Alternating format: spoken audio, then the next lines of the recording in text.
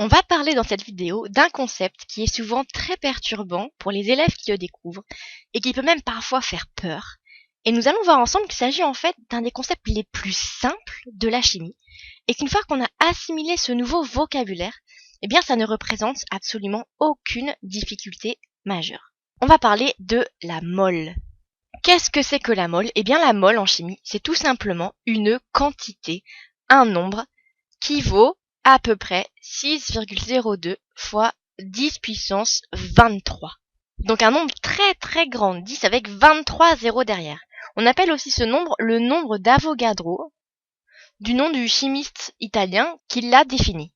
Si je regarde la définition que nous donne Wikipédia, ici, c'est un petit peu plus compliqué, ça peut prêter à confusion. On nous dit que la mole, c'est une unité de base du système international qui est utilisée en physique et en chimie, et qu'il s'agit d'une quantité de matière d'un système qui contient autant d'entités élémentaires qu'il y a d'atomes dans 12 grammes de carbone 12. Qu'est-ce que ça signifie? Ça signifie que une mole, donc 6,02 fois 10 puissance 23, d'atomes de carbone 12, donc l'isotope du carbone qui a 6 protons et 6 neutrons, a une masse d'exactement 12 grammes. Donc ça veut dire que 6,02 fois 10 puissance 23 atomes de carbone 12 ont une masse de 12 grammes très exactement. Alors que par définition, un atome de carbone 12 a une masse de 12 unités de masse atomique. Ça, c'est la définition de l'unité de masse atomique. Donc, qu'est-ce que ça signifie? Ça signifie que, finalement, la mole, qu'est-ce que c'est? C'est simplement un outil de conversion qui nous permet de passer de l'unité de masse atomique au gramme.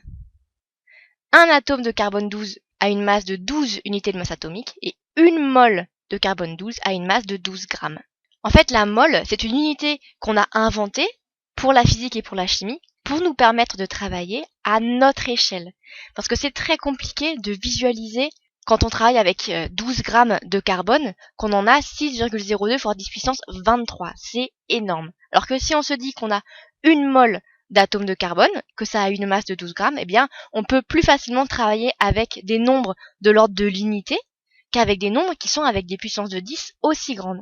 Et pour comparer des quantités entre elles, c'est beaucoup plus facile de comparer 0,01 et 100 que des ordres de grandeur de 10 puissance 22 et 10 puissance 25. C'est plus facile de se représenter la différence de quantité entre 0,01 et 100 qu'entre 10 puissance 22 et 10 puissance 25. Donc le fait de travailler avec des moles, des quantités de matière en moles, ça nous permet de mieux visualiser et de pouvoir faire les calculs beaucoup plus facilement. C'est simplement une conversion pour passer de l'échelle de l'atome à notre échelle à nous. Si je regarde un extrait du tableau périodique ici, je m'intéresse par exemple à l'hydrogène. Eh bien ici, j'ai la masse atomique relative pour l'hydrogène. Qu'est-ce que ça signifie? Ça signifie que sur Terre, en moyenne, un atome d'hydrogène, la masse, c'est à peu près, si je prends simplement un chiffre ici, une unité de masse atomique. Et que si j'ai une mole d'hydrogène, eh bien je vais avoir 1 gramme comme masse. Puisque le fait de passer en mol me permet en fait de changer d'échelle et de passer de l'échelle de l'atome à une échelle beaucoup plus grande et de l'unité de masse atomique au gramme. Il en est de même, par exemple, si je prends l'aluminium. Pour l'aluminium, j'ai un atome d'aluminium qui, en moyenne sur Terre, a une masse de 27 unités de masse atomique. Donc, une mole d'aluminium va avoir une masse d'à peu près 27 grammes. Et c'est pareil si je prends, par exemple, le fer. Pour le fer, un atome de fer a une masse moyenne de 56 à peu près unités de masse atomique. Et donc, je vais avoir, pour une mole de fer, une masse de 56 grammes. Si je regarde le silicium, par exemple. Pour le silicium, j'ai une masse atomique relative de 28.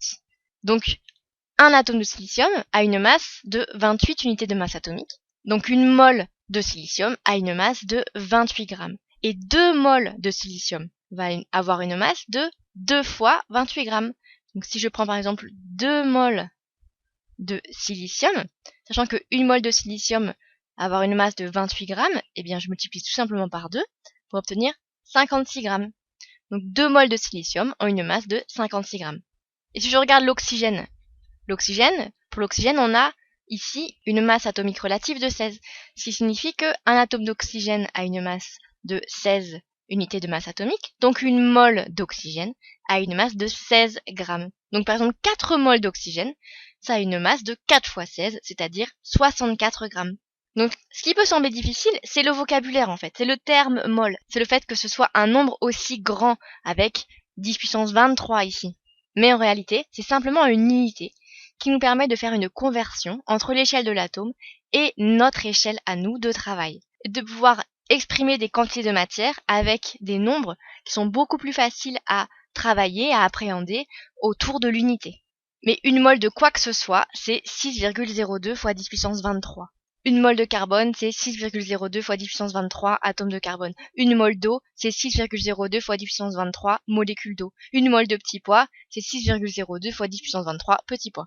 Et c'est un terme qu'il faut avoir vraiment très bien assimilé et bien compris pour que ce ne soit pas un blocage pour réaliser une majeure partie des exercices de chimie.